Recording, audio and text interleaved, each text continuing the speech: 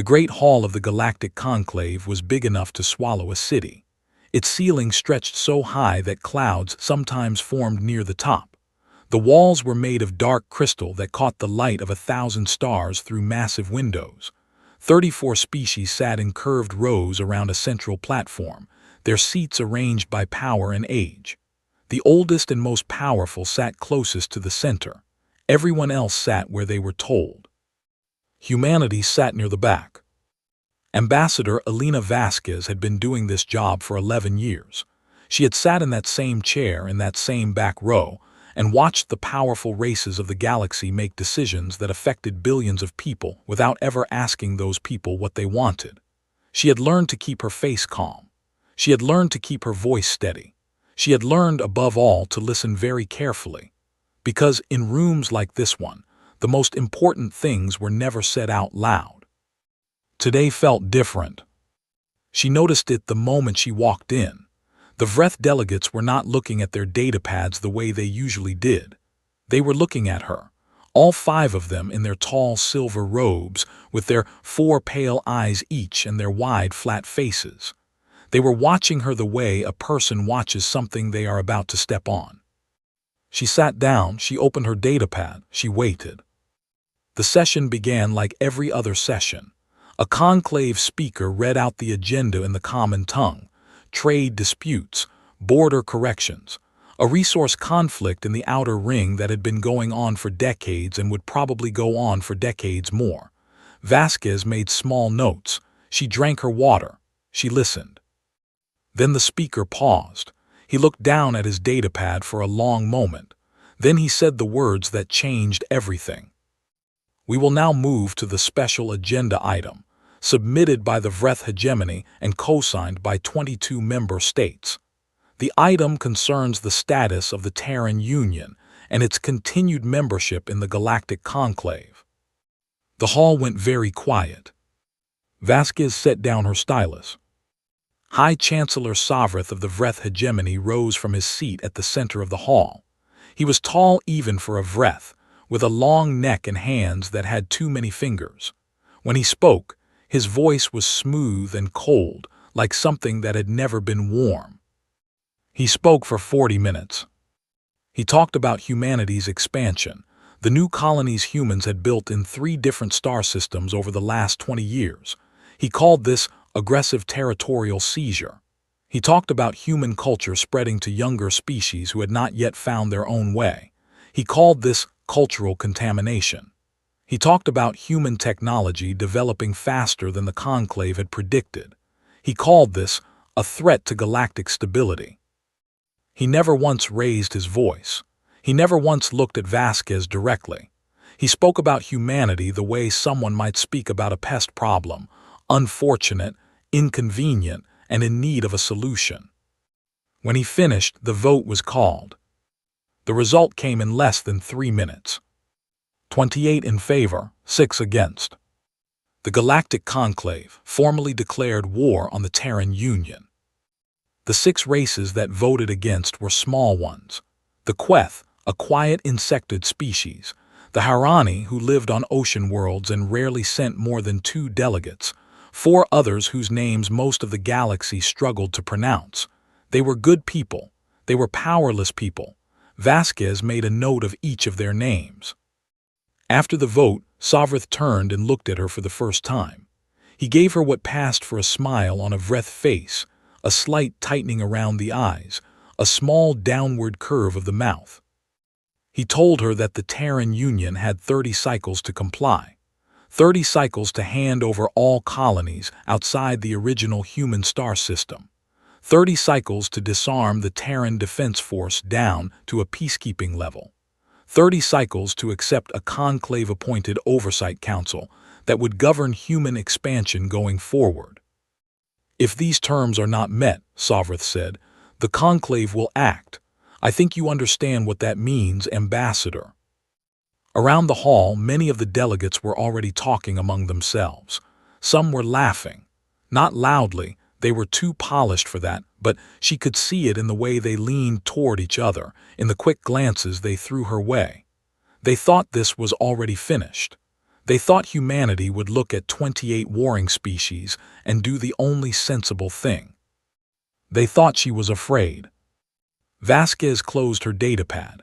She did it slowly, with both hands, smoothing the cover flat the way her grandmother used to smooth a tablecloth before a meal.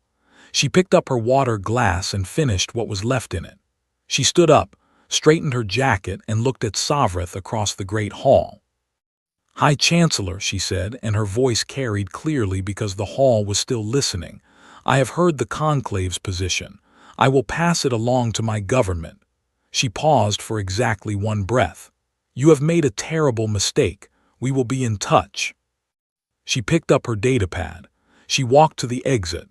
Her footsteps were the only sound in the entire hall for several long seconds. Behind her she heard laughter. Actual laughter, now that they thought she couldn't see their faces. She heard Savrith say something in his own language, and she heard other voices respond with amusement. She did not stop walking. She did not look back. She stepped through the great doors and into the corridor outside, where her assistant, a young man named Piero, was waiting with wide eyes and a pale face.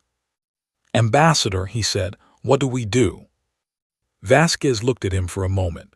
Then she did something that surprised him. She smiled. Not a forced smile, not a polite smile.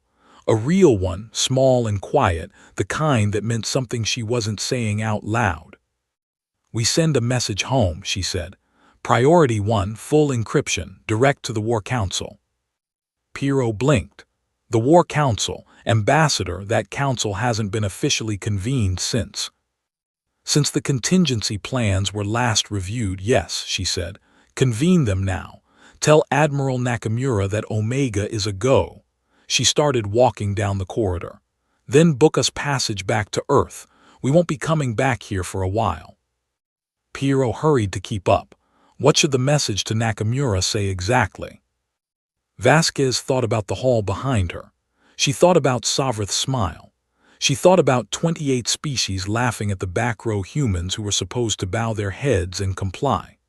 She thought about every year she had spent in that chair, in that hall, being spoken over and looked past and treated like a minor problem that hadn't been properly dealt with yet.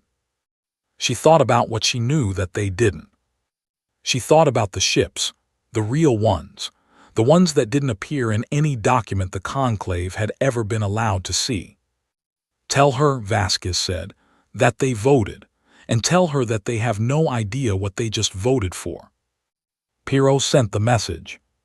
34 species went home that night believing the war was already won, that humanity would count the numbers, measure the fleets, look at the odds, and understand that resistance was pointless, that within 30 cycles, human ambassadors would return to the Conclave with their heads down and their signatures ready.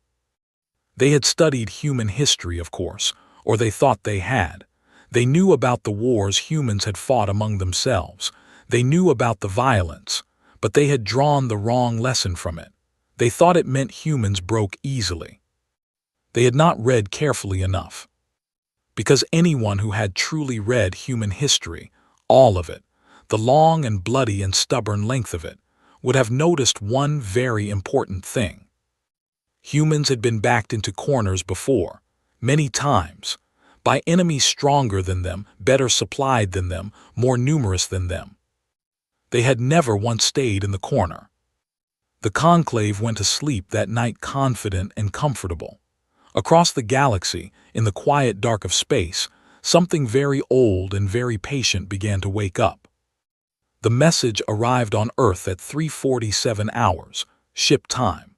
It came in on a Priority 1 channel that most people in the Terran Union government had never actually seen used before. It bypassed normal communication networks entirely, went through 3 layers of military encryption, and landed directly in the personal terminal of Admiral Hira Nakamura, who was sitting at her desk in the Terran Defense Command building outside Geneva, drinking tea and reading a report she had been expecting for years. She read Vasquez's message twice. Then she set down her tea. Then she picked up the secure line and made 6 calls, one after another, each lasting less than 30 seconds. By 500 hours, the Emergency War Council was assembled. They met in a room deep underground, a room with no windows, no outside connections, and walls thick enough to stop anything short of a direct hit from a capital ship. 14 people sat around a plain metal table. No decorations, no ceremony. They all knew why they were there. Nakamura stood at the head of the table. She was 63 years old, small and lean, with short gray hair and the kind of stillness that came from spending 40 years doing the hardest job there was. She had never fought in a war. She had spent her entire career making sure humanity was ready for one. She put the Conclave's war declaration on the table in front of them. She let everyone read it. She gave them 2 minutes. Then she said, "Omega." One word, everyone in the room understood it. For the people outside that room, for ordinary citizens, for foreign governments, for the Conclave's intelligence services, the Terran Defense Force was a modest military. Respectable, professional, equipped for border protection and peacekeeping. The Conclave's most recent intelligence estimate, gathered through years of careful observation and occasional spy work they thought humanity didn't know about, put the human fleet at around 200 warships, medium-class vessels mostly. Nothing extraordinary. That estimate was wrong by a very large number. The truth was something humanity had kept hidden for 60 years, since the early days of Conclave membership, when a few very quiet, very serious people in the Terran government had looked at the galaxy around them and asked a simple question: what happens if they turn on us? No one had wanted to ask it out loud. It wasn't polite. It wasn't diplomatic. But the people who asked it quietly in private rooms were the kind of people who had read history. Human history, the long, brutal, honest record of what happened to civilizations that were unprepared when the strong decided to take from the weak. They had drawn their conclusions, and then they had gone to work. Contingency Omega had been built slowly, piece by piece, over 6 decades. Shipyards hidden inside asteroids in the outer reaches of the solar system, research programs listed under civilian budget codes, weapons development disguised as mining technology. Every few years, the plan was reviewed, updated, improved. Every generation of military leadership added something new to it. Nakamura herself had spent the last 15 years refining it, running simulations, stress-testing the assumptions, looking for weaknesses. She had found very few.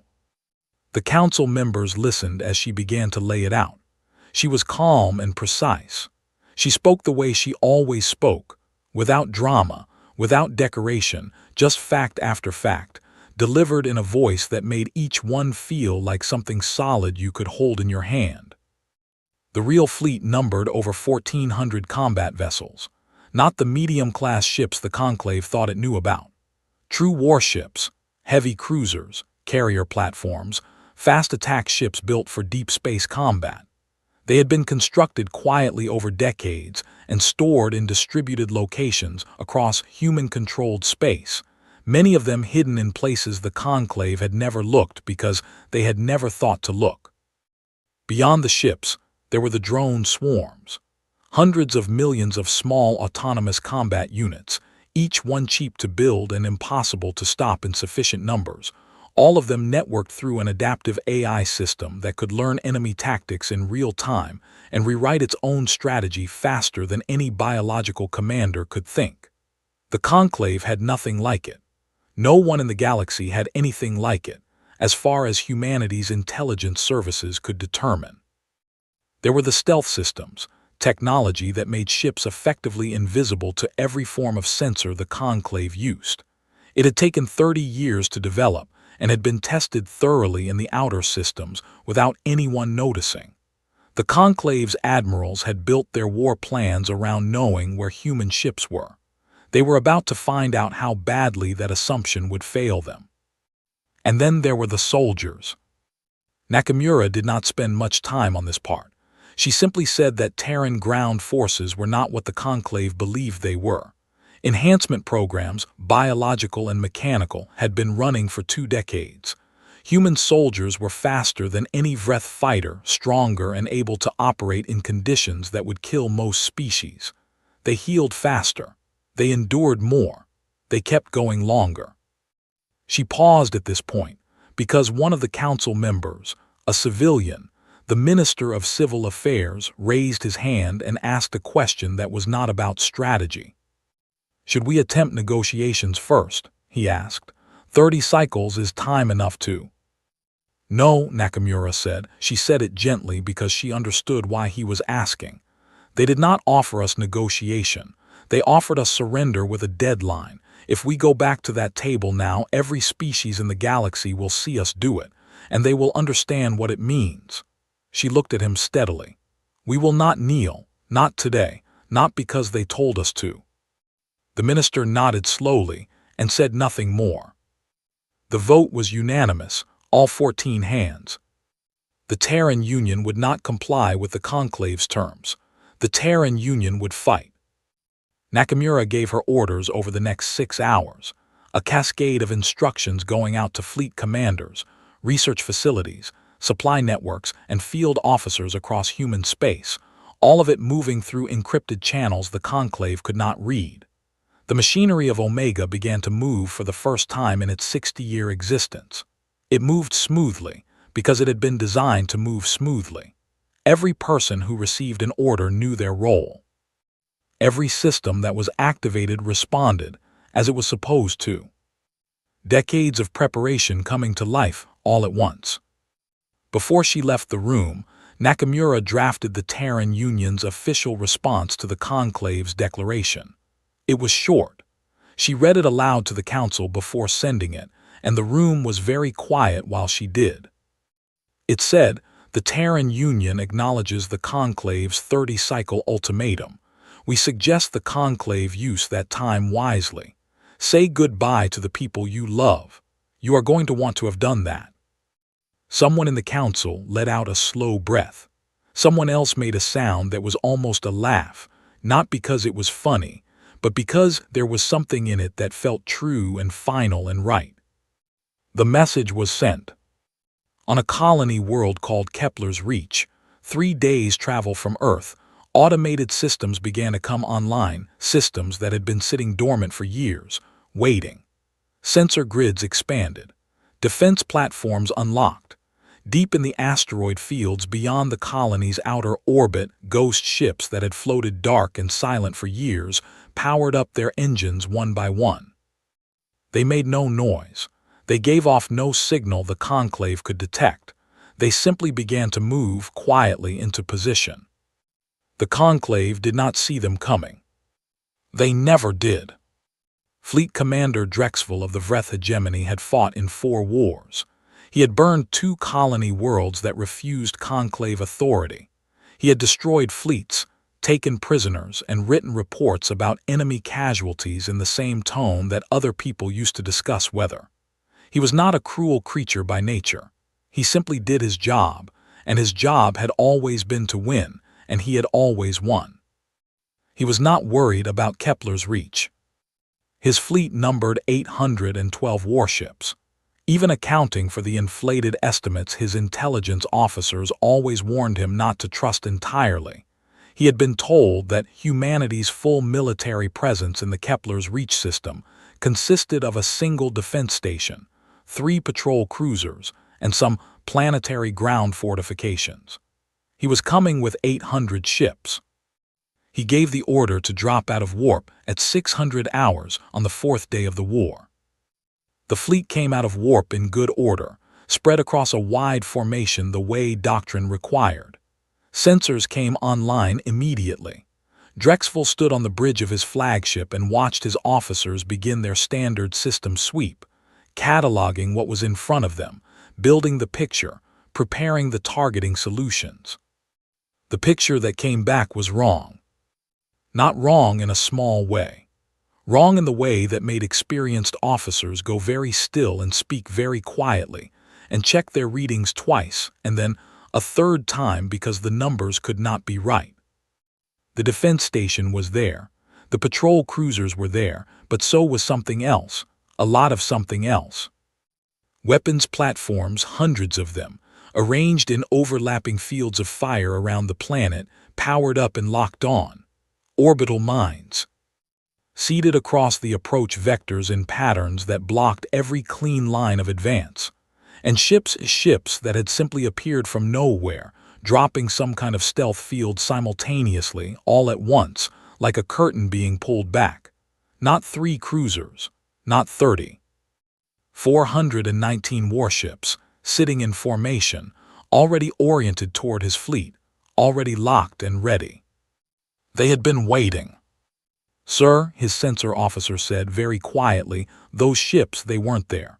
There was no signal, no power signature, nothing, they just—" "I can see what they did," Drexel said. His voice was steady. He had not gotten where he was by showing fear on his bridge. "Battle formation, all weapons hot, we proceed as planned." He believed at that moment that numbers would carry the day. He had 800 ships. They had 400. Even with the surprise, even with the platforms and the mines, the math still favored him.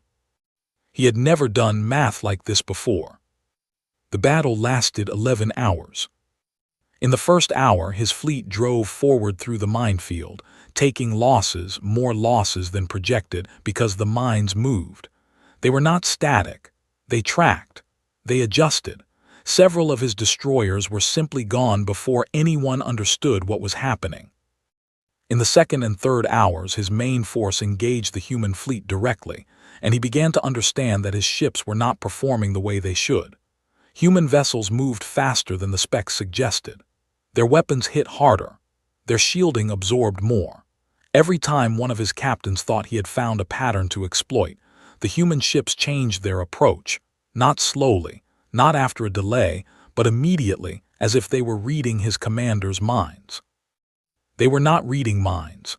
They were running on something else, something networked, something that processed information faster than any crew could and shared it across the entire fleet in real time. Drexel would learn this later. In the moment, it just felt like fighting something that couldn't be surprised. In the 5th hour, the drones came. They came from the asteroid belt beyond the planet, tiny things, each one barely worth a single shot, but they came in numbers that his point defense systems could not handle. Not thousands, millions. A cloud of them that rolled through space like a wave absorbing fire, losing units by the thousands and not slowing down at all because losing thousands out of millions meant nothing. They hit his rear formation and began taking apart ships with a patience and thoroughness that was almost mechanical. Because it was mechanical, because they were not afraid of dying, because they did not get tired. By the 8th hour, Drexel had lost more than 400 ships. He had destroyed 61 human vessels. He called for a retreat and found that the human fleet was already moving to cut off his escape vectors, not reactively, but as if they had planned for exactly this, as if retreat had always been part of the trap. He lost another 200 ships getting out. He made it out with 109, out of 812. His ship was damaged. Half his crew was dead. He sat in his command chair while his surviving officers worked in silence around him, and he tried to build a picture in his head of what had just happened. He tried to find the point where his plan had failed, where the mistake was, where the thing that went wrong had started. He could not find it, because the mistake had not happened during the battle. The mistake had happened long before it, in some room somewhere on Earth, when someone in the conclave had decided that humanity was not worth taking seriously. He sent his report to the conclave High Council. He sent it without softening the numbers, without diplomatic language, without the kind of careful phrasing officers used when they wanted to seem less defeated than they were. He sent the raw truth because he thought they needed it. The message said, "We lost 673 ships at Kepler's reach. Human losses were 61. They were prepared. They were completely prepared. They knew we were coming and they had been ready for years. Do not send another fleet until you understand what you are dealing with. I am not sure we do yet." 2 days later, his damaged ship was intercepted by a human vessel. He prepared for a fight that never came. Instead, a small group of human soldiers came aboard, not aggressive, weapons lowered, moving carefully. They treated his wounded. They gave his crew food and water. They spoke to him through a translation device in calm, plain language, and told him he was a prisoner of war, and that he would be treated according to the Terran Union's laws, which were very specific about how prisoners were to be handled. He had expected anger. He had expected punishment. He had expected the behavior of a species that had just been attacked and had defended itself with enormous violence. Instead, a young human medic sat next to one of his injured crew members for 3 hours, keeping the Vreth soldier calm while a bone-setting procedure took place, holding the alien's hand, a gesture that meant nothing in Vreth culture but which the human did instinctively, because to a human, sitting with someone in pain and not leaving them alone was simply what you did. Drexel watched this from across the medical bay and felt something that he did not have a good word for, something uncomfortable and large that sat in the middle of his chest. He had spent his whole career thinking of war as a math problem. Numbers of ships, numbers of casualties, resource costs versus strategic gains. These creatures didn't seem to think that way. They fought with the fury of something defending its home, and when the fighting was done, they turned around and treated the wounded enemy like a person. He didn't know what to do with that. He started writing a letter to the High Council, not a report this time, a warning. He wrote, "I have seen them fight and I have seen them stop fighting. I am not sure which one frightened me more. These creatures do not fight because they are ordered to. They fight because they choose to. And when they choose to, there is nothing in the galaxy like it. Do not make the mistake of thinking this was a setback. This is what they are. This is what we woke up." The High Council received the letter, they read it, they set it aside. They were already planning the next attack. They had not yet understood the most important thing about humanity, that every attack would not weaken them. Every attack would only make them more certain, more focused, more resolved. Every battle the Conclave started was a battle humanity would finish. And humanity was very, very good at finishing things. Admiral Nakamura had a rule. She had followed it for her entire career, and she had never once broken it. The rule was this: do not wait for the enemy to come to you twice. After Kepler's reach, she gave the Conclave 4 days. 4 days for the news to spread, for their admirals to receive their reports, for their councils to argue and panic and reorganize. She wanted them off balance before she moved. She wanted them reacting, not planning. She wanted them looking at the place they had already hit and worrying about it while her fleets were already somewhere else entirely. On the 5th day, she went on offense. It was not loud. It was not one massive strike that lit up every sensor in the galaxy. It was quiet, precise, and it happened in 17 places at once. Supply depots in the outer systems. Communication relay stations that the Conclave used to coordinate fleet movements. Shipyards tucked behind gas giants where Vreth vessels were being repaired and restocked. Fuel lines that stretched across 3 star systems feeding the Conclave's forward forces. The ghost ships moved through the dark without a signal, without a sound. They hit their targets and were gone before the enemy could respond. In some cases, Conclave stations didn't even know they'd been attacked until systems started going offline. A communication station in the Vreth Outer Territory simply stopped transmitting. A supply depot near the Conclave's 3rd Fleet was there 1 hour and a debris field the next. No alarm had gone out. No distress signal had been sent.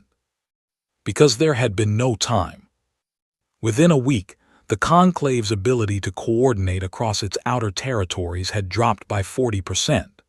Their 3rd Fleet, which had been preparing to launch a second assault, found itself without fuel and spare parts and unable to move. Their admirals sent requests for resupply and received confused responses from stations that were no longer there. Nakamura read the intelligence reports each morning over her tea and made small notes on a physical paper map, she kept on her desk, old habit, something her grandfather had done. Every day more marks, every day the picture shifting in humanity's favor. She did not celebrate. She did not allow herself to feel satisfied. She had seen enough history to know that the most dangerous moment in any war was when you started thinking you were winning. She kept moving. The diplomatic teams followed the military advances, which was not how most species conducted war. Where human fleets secured a system, a small team of diplomats arrived within days, not to occupy, not to demand loyalty, but to talk. To explain clearly and honestly that the Terran Union had no interest in punishing species that had voted for the war declaration under Vreth pressure. To lay out simple terms, stand down and nothing bad would happen to you. Continue fighting, and nothing good would happen to you either. Several species accepted within the first month. A small reptilian race called the Teshari, who had always been more afraid of the Vreth than they were loyal to them, sent a quiet message to Vasquez saying they had never wanted this war and would take no further part in it. The Murak, a species of amphibian traders with 17 colony worlds, calculated the new odds and made the rational choice within 2 weeks of the campaign's start. Each defection made the conclave a little smaller. Each withdrawal made Sovreth's coalition a little weaker. Then came the Queth. The Queth were small. They had 3 colony worlds, a fleet of 22 ships, and a population that any of the major species could have ignored entirely without feeling it. They had voted against the war declaration from the beginning. They had no military power worth mentioning. They had nothing to offer except their voice. But their ambassador, a quick-moving insectoid named Velquethtren, arrived at the Terran Union's forward command station on the 15th day of the war and asked to speak to someone in authority. He was brought to a conference room and given water and food. The Queth processed sugar well. And then a junior Terran officer sat down across from him and asked what he needed. What he needed, he said, was to formally ally the Queth people with the Terran Union, not in secret, publicly, on the record where everyone could see it. The officer asked why. The Queth were taking a serious risk.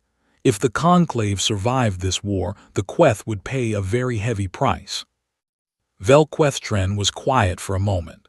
Then he said something that the officer wrote down afterward and included in his report because he thought it was important. He said, "We have watched humanity for 80 years. We have seen how you argue and how you disagree and how you sometimes make each other very angry. But we have also seen how you treat the small ones, how you notice us when the powerful do not, how you remember what it is to be the weak one in the room." He paused. "If you lose this war, we lose something the galaxy cannot afford to lose, so we would rather lose it standing next to you than watching from far away." The alliance was formalized within 3 hours. It went out on every public channel in the Conclave's communication network. The reaction was immediate. 17 Conclave member species contacted the Terran Union within 48 hours asking about terms for neutrality. The Conclave was fracturing. Sovreth saw it happening and did the thing that desperate leaders in losing positions often did. He stopped trying to win strategically and started trying to strike something that hurt. He stopped thinking about fleets and supply lines and started thinking about symbols. He chose Earth. The plan was straightforward. A strike fleet of 300 ships, everything he could still coordinate, would hit the Sol system directly. Earth was the heart of the Terran Union. Earth was where their government sat, where their history lived, where nearly 1 billion people still made their home. Destroy it, or even threaten it credibly enough, and the Union would have to pull back its forces, have to negotiate, have to stop the campaign that was dismantling the Conclave piece by piece. The strike fleet dropped out of warp into the Sol system, ready for a fight. They found something that stopped them dead for several long, terrible seconds. Earth was not undefended. It was not lightly defended. It was not even moderately defended. What they found around the 3rd planet of the human home system was the most heavily fortified position any of his admirals had ever seen in their lives. defense platforms in layered rings, an orbital grid of weapons emplacements that covered every possible approach angle. And waiting there in clean formation, a human fleet that numbered over 600 warships, ships that had not been committed to the outer campaign, ships that had been held back, saved specifically for this. Every vessel in the Vreth strike fleet was already being tracked. Target locks were established before they had finished their entry sweep. On all open frequencies, a human voice spoke. It was calm and it was clear. It said, "You have entered Terran Union sovereign space without permission. You are outnumbered and outgunned. This system has been held by humanity since before we knew anyone else existed in the universe. We suggest you think very carefully about the next thing you decide to do." Drexel, still a prisoner on a human facility elsewhere in the system, heard about the standoff through a guard who told him the news the way someone might describe something they had just watched out a window, matter of fact, almost bored. "They walked right into it," the guard said, shaking his head slightly. Drexel said nothing. He had been writing his letter to the High Council every day since his capture. He had been warning them every day. They had not listened. He thought about what he had seen on the human medical ship. He thought about the medic who had held his soldier's hand. He thought about the food they had given his crew and the respectful language they had used, and the laws they had cited to explain why prisoners had rights. He picked up his writing pad and continued the letter. He wrote, "I have tried to explain what these people are. I have tried to find the words. Let me try once more. They are not like us. They are not like anyone. They remember pain, and that memory makes them careful, and their carefulness makes them terrifying. You hit their home. You threatened everything they love, and they were ready. They are always ready. This is not a war we can win. This is not a war we ever could have won. The only question left is how much we lose before we understand that." He finished the letter. He sent it through the prisoner communication channel the humans had provided, because they had a prisoner communication channel, because their laws said prisoners could contact their governments, because that was the kind of species they were. This time, someone in the High Council read it all the way to the end. The Battle of Earth lasted 6 hours, not because it was close, but because 300 ships take time to destroy even when you are doing it efficiently. When it was over, humanity's losses numbered 11 ships. The Vreth strike fleet was gone. Sovrith received the news in silence. Then he sat for a long time doing nothing at all. His advisors waited. Finally, one of them asked what they should do next. Sovrith looked at the losses report. He looked at the numbers from every engagement over the past 8 weeks. He looked at the map of Conclave space and all the marks on it where human forces had struck, and the list of species that had withdrawn from the coalition one by one. He said, "Find out who humanity talks to about ending wars." It was the first smart decision he had made since the war began. The Vreth homeworld of Vretha Prime was a cold, gray place. Its cities were built from dark stone, tall and dense, full of sharp angles and narrow streets. Everything about it spoke of a people who valued order and control, streets that ran in perfect straight lines, buildings that never curved, a sky that was always the same pale shade of nothing, as if even the weather had been told to behave itself. It was a proud world. It had never been touched by outside forces. Not once in 600 years of Vreth history had an enemy fleet stood in orbit above it. Admiral Nakamura's fleet arrived on the 91st day of the war. She came with 400 ships. The Vreth had nothing left to meet them. What remained of the hegemony's fighting force was scattered and broken, some units hiding in deep space, some that had already surrendered to human advance teams, some that had simply gone dark and were no longer responding to orders. The Conclave itself had stopped functioning as a governing body 2 weeks earlier, when enough member species had withdrawn their support to make the council chamber unable to reach a legal vote on anything. Nakamura put her fleet in orbit above Vretha Prime and did not fire a single shot. She sent a message to the surface. She sent it in plain language, no encryption, on a frequency that every comm system on the planet could receive. She said, "This is Admiral Hira Nakamura of the Terran Defense Force. Vretha Prime is surrounded. The war is over. I am requesting direct contact with High Chancellor Sovrith to discuss terms. No one on this world will be harmed while those discussions take place. That is a promise from the Terran Union, and we keep our promises." It took 3 hours for Sovrith to respond. When he did, he looked smaller than Ambassador Vasquez remembered.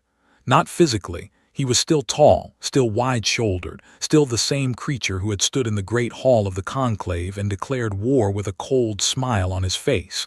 But something in him had gone down.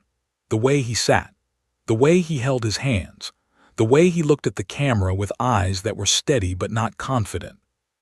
He connected directly to Vasquez, who was on Nakamura's flagship. He looked at her for a moment before he spoke.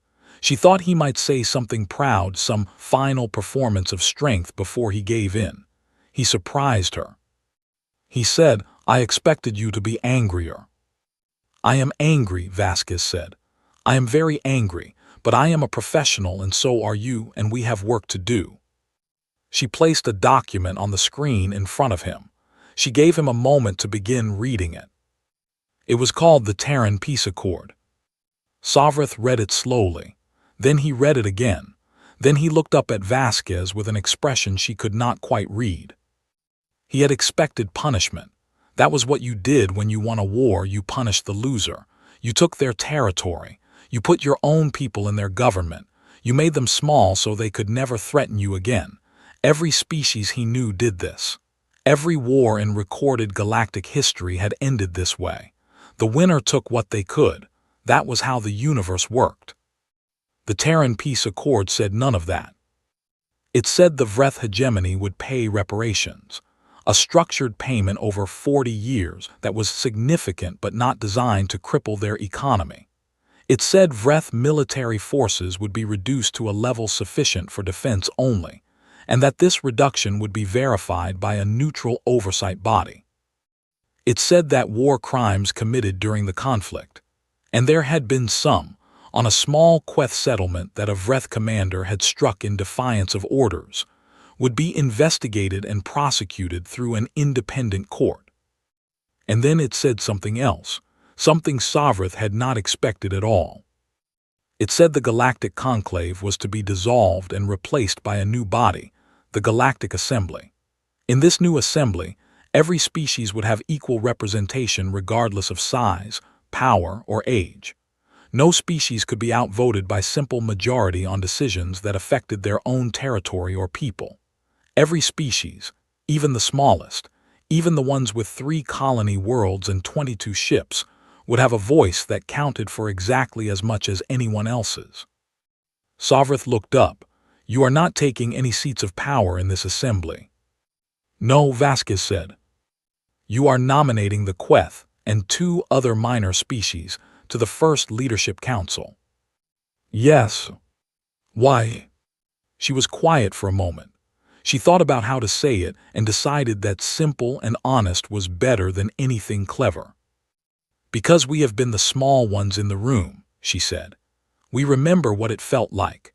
We remember what it felt like to sit in the back row while the powerful ones made decisions that affected us without asking what we thought. We are not going to build the same room and just move to the front of it." Sovrith looked at the document for a long time. Outside the window behind Vasquez, he could see the edge of his planet's horizon, the gray-blue curve of Vretha Prime, floating in space with 400 human warships above it, and not a single weapon fired. He said, "You could have destroyed us." "Yes," she said. "You chose not to." "Yes." "Because of your laws." "Because of our memory," she said. "We remember what it felt like when someone tried to destroy us. We didn't fight this war to rule the galaxy. We fought it because you told us we had to kneel, and we don't kneel." She paused. "We never have." Sovrith signed the accord. He signed it with the same stylus he had used to sign the original war declaration, which Vasquez thought was either very ironic or very fitting, and she was not entirely sure which. The news spread across the galaxy within hours. The Galactic Conclave was finished. The Galactic Assembly would begin its first session in 60 days. Humanity, which had just won the most significant war in recent galactic history, declined every offer to take a leadership seat and went back to doing what it had always done, sending its people out into the dark, building things, talking to everyone, arguing loudly with itself, and somehow stubbornly surviving. Drexel was released from custody on the 93rd day of the war.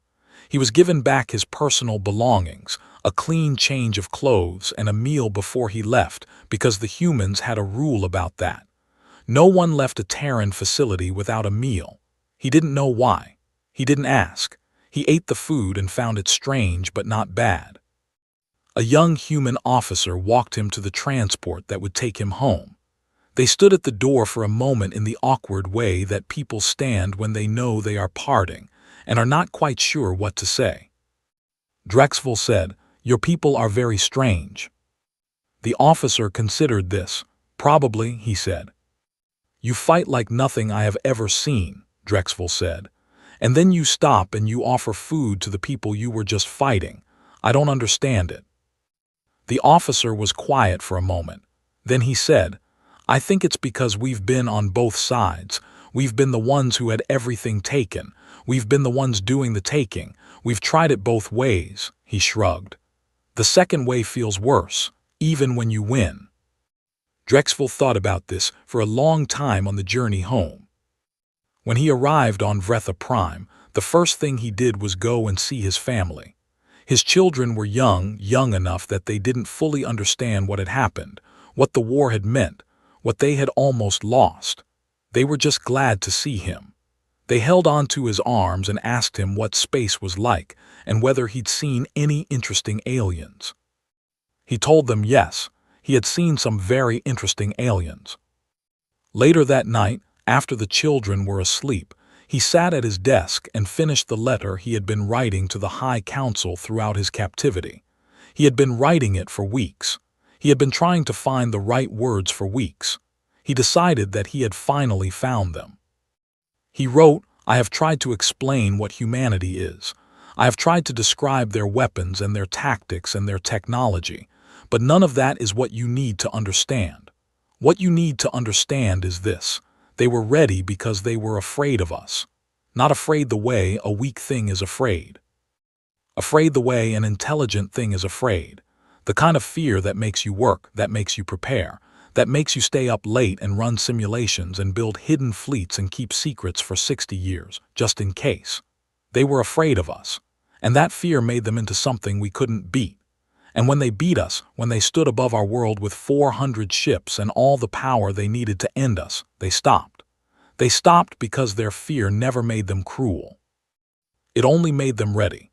I have never encountered anything more dangerous in my life, and I have never encountered anything that gave me more reason to believe that the galaxy, in spite of everything, might be worth saving." He finished the letter. He sent it. He did not know if anyone would read it carefully this time. He hoped they would. He thought that perhaps in the new assembly, in the new way of doing things, there might be more people willing to listen carefully. More people willing to sit with uncomfortable things and think about them honestly.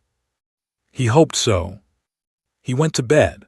Above him, far away, the stars were the same as they had always been, old, quiet, indifferent to the small creatures moving through the dark between them. But the small creatures were not indifferent to each other. They were watching and learning and making decisions, some good and some terrible, and occasionally stumbling into something that changed everything. The Conclave had declared war on humanity, believing it would be quick and clean and easily forgotten. A minor correction, a small problem dealt with firmly. Instead, it had been the moment the galaxy learned what humanity actually was. Not the most powerful species, not the most ancient, not the wisest or the most advanced or the most perfectly evolved for survival in a hostile universe. Just the most stubborn, the most prepared, the most unwilling to be told that they had no right to stand where they stood. And perhaps, just perhaps, the most willing to win a war and then turn around and try to build something better out of the wreckage. The galaxy would not make the same mistake again. More importantly, the galaxy would not forget. And